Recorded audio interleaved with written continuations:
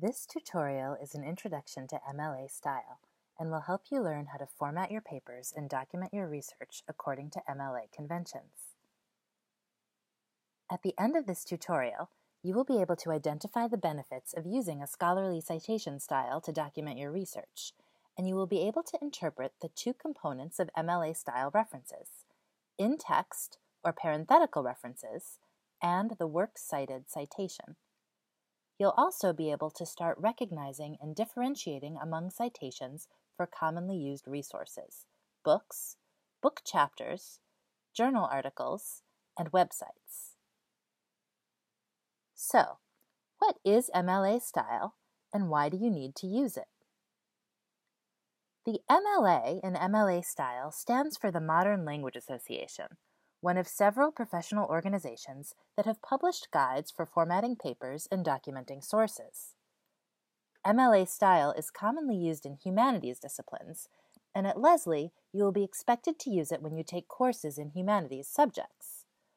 Of course, MLA is not the only commonly used citation style. You are also likely to encounter APA style. That was developed by the American Psychological Association and is commonly used in the sciences and social sciences, and possibly also Chicago style, Turabian, etc. So, why do we need all these citation styles?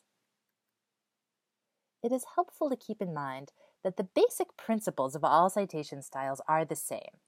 By using a standard format for citing different publication types, one format for a book, another for an article, etc., you make it possible for your reader to tell at a glance, based on the way the reference is formatted, what type of material you are citing. That practice, in turn, makes lively scholarly conversation possible. You read an article, you cite it, the person reading your work can easily go find that same interesting article, because your clearly formatted citation gives her all the information she needs to track it down. Who wrote it? What is it called? Where was it published? And when? Using MLA style, you can document all the careful research you have done, inform your reader about the sources you used, steer clear of plagiarism by crediting your sources, and track down any source you come across that you want to find in the library or online. Let's look at the various reference formats we'll see in a list of works cited. A list of works cited, by the way, is the list at the end of your paper of every source that you cited in your essay. If you read something but didn't cite it, it shouldn't appear in your list of works cited. How do you format a works cited citation for a book? Begin with the author's name and then the title of the book in italics. All important words, nouns, pronouns, adjectives, adverbs, and verbs, are capitalized. You don't need to capitalize articles or prepositions. Provide the city of publication. You don't need to include the state or country information, even if there could be some ambiguity, as in this example where the city is Athens, Georgia. Next comes the publisher name. You can use abbreviations or leave out designations such as press, university press, publisher, etc. Here, P stands in the publisher's name for press. Finally, give the year of publication and the medium of publication. The medium of publication will be print if it is a print book, or web if it is an online source. It could also be television, DVD, CD, or another medium, depending on what exactly you are citing. In this next example, you can see another important formatting element for all types of works cited citations: the hanging indent. If your reference is more than one line, the second line and all subsequent lines should be indented. What if you use a new edition of a book that was written a long time ago? Here is an example of a classic text by T.S. Eliot. I used an edition published in 2009, but if I think it is important to include the original publication date, I can do that too, right after the title. What if you want to cite an ebook? the format will be very similar to a reference for a print book. If you have access to print publication data, include that. In this example, you will see that we have the city of publication and the publisher name just as we would for a print book. At the end of the reference, add the name of the database or website from which you accessed the book, the medium of publication, web this time, not print, and the date that you accessed the material. Note that in this example, we are citing an edited book, so we add the abbreviation EDS for editors after the names given in the author spot at the beginning of the citation. Now, let's go back to that ebook with 2 editors that we looked at just a moment ago. What if we read and need to cite just one of its chapters? We start with the author, in this case the authors of the chapter we are citing instead of the editors of the whole book. We then need the chapter title, but we put it in quotation marks instead of italics. The quotation marks let us know that the work being cited is a component of a larger work. You use italics for citing the larger work. From here, the citation details look pretty familiar. Don't get too hung up on the details of all these reference types. The easiest way to create your own reference is to look at a model and follow along. There's no reason to try and memorize everything. But it is helpful to get used to the basics. As you will see in a moment, a reference for a journal article doesn't look all that different from this one for a book chapter, but there is a dead giveaway: the publisher information. If you see a publisher named in the reference, that's a big clue that the source being cited must be a book or a book chapter. Now let's look at some examples for journal articles and pay attention to the clues that differentiate them from book citations. In this first example, we are citing an article from a print copy of the journal Teaching in Higher Education. See how this title is in italics? That's because here, the larger work is the journal itself, and the article title, a smaller work within the journal, goes in quotation marks. Notice that there is no publisher named here. What we see instead are the numbers for the volume and issue of the journal. That lets us know that this is a serial publication, not a book. Here's a citation for that same article, but in this case, it is a version that I retrieved online using the ERIC database at the library. Most of the citation is exactly the same, but I've included the name of the database that was my source for the article and changed the medium of publication from print to web. And since it is a web source, I have to include the date that I accessed it as well. What if I found an article on the web rather than in a library database? Again, the citation is very similar. Since I didn't use a database, maybe I just found it following a Google Scholar search, for example, I don't have to include one in my reference. Many online-only sources don't have page numbers, and you can indicate that with the abbreviation NPAG instead of a page range in your citation. What if the article you want to cite doesn't have a named author? In that case, begin your citation with the title. In your list of works cited, you will alphabetize the citation by the title, and in your in-text references, you will use the title to refer to it. We'll look more closely at in-text references in a few minutes. What about other kinds of web documents? There are many sources you might find online that aren't actually journal articles. They are websites or web pages or reports or PDFs you might download. How do you cite these? Here is an example of a web source with no named author. We're citing a component part of a larger website, so start with the title in quotation marks. Here's another example of a document that doesn't have an individual's name given as the author. Instead, the author is an organization, the United States Census Bureau. For formatting purposes, this doesn't matter at all. Just give the name of the organization at the beginning of your citation in the place where you would list the author. So, what exactly should you do when you find something online and want to cite it? There is a basic template that you can apply to most things that you find online, and it isn't too different from what you would do when citing a book or an article. Start with the author and then give the title. You can put this in italics if you are citing an entire website, but if it is a page or a document that is part of a larger site, give the title in quotes. Then give the title of the website. After that, give the name of the publisher. This might be the same as the name of the website. If you are citing something from the New York Times, your website title might be New York Times in italics, and the publisher is New York Times in plain type.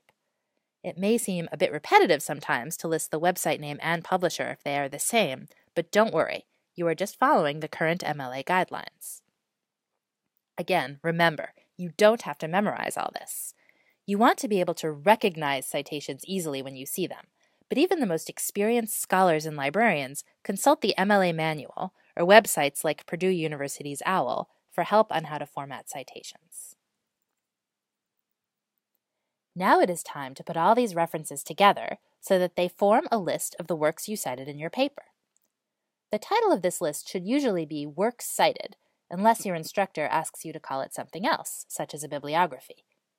Start your list on a new page with the title Works Cited centered at the top.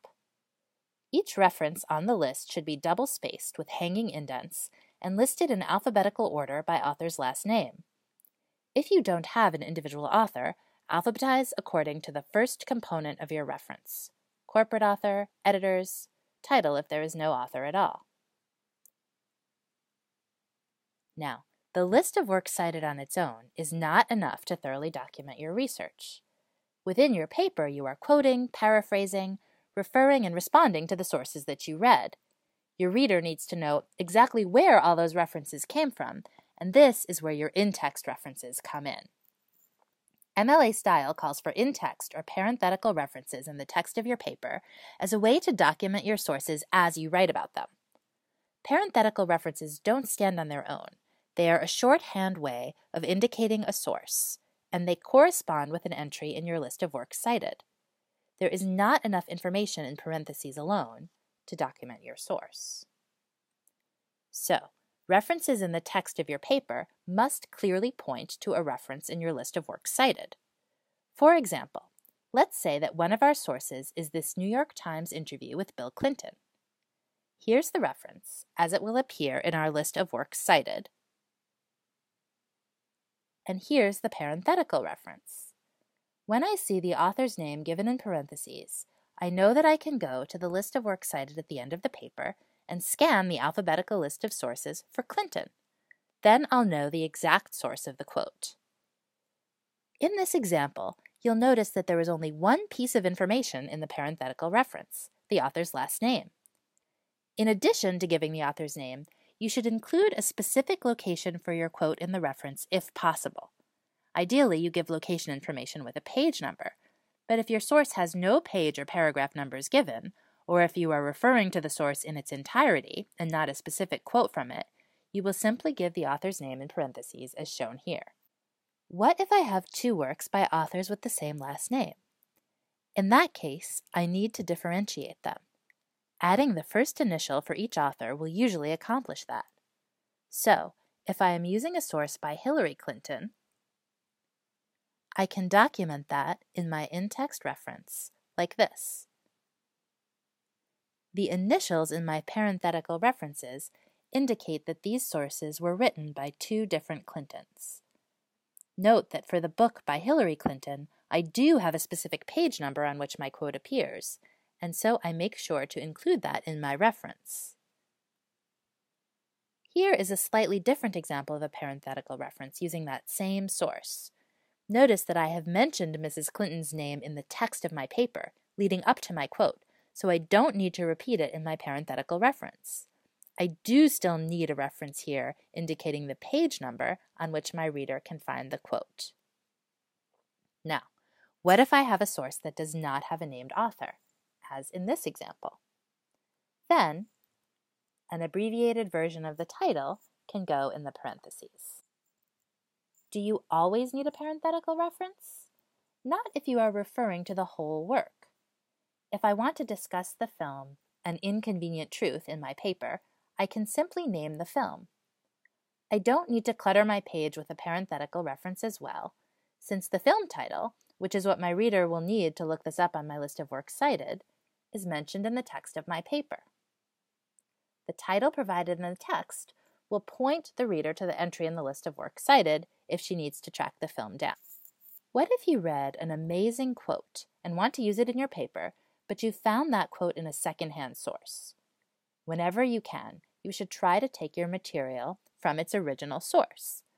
But finding the original isn't always possible. If I want to use a quote that I found quoted somewhere else, my parenthetical reference should indicate the quoted in source, using the abbreviation QTD in. This parenthetical reference tells me that the quote I am reading was originally said by Clinton, but that the writer found the quote in a book written by Smith. Smith is the source the writer actually used, so Smith gets referenced in the parenthetical note and in the list of works cited. With every parenthetical reference, your goal is to point your reader to your source. If I refer to a source in my paper, as in this example, I have to have a corresponding entry in my list of works cited. If I don't, the parentheses tells me almost nothing. Who is this Smith? Does he have any expertise on puppies? If there is a corresponding entry in my list of works cited, then I know where the quote or paraphrase is coming from, and I can track down the source if I want to. One final note about in-text references. Notice that there is no date in a typical in-text reference in MLA style, and also no comma between the author's name and the quote location. It is just the name and the page number with no other punctuation. MLA style does try to keep things simple. Now, let's talk about formatting your paper. This process is actually quite simple in MLA style. Your paper should be double-spaced, with a heading on the left-hand side of the page and a title centered and placed right above the start of the essay. Do make sure that you include heading information so your instructor knows who wrote the paper, and a title so your instructor knows what the paper is about. You don't need a title page for papers formatted in MLA style. No need to print that extra page. If you still have questions about how to use MLA style correctly, please don't hesitate to ask a librarian. You can email us, text us, chat with us, or stop by and see us at the reference desk. And do take a look at the rest of the library's video tutorials.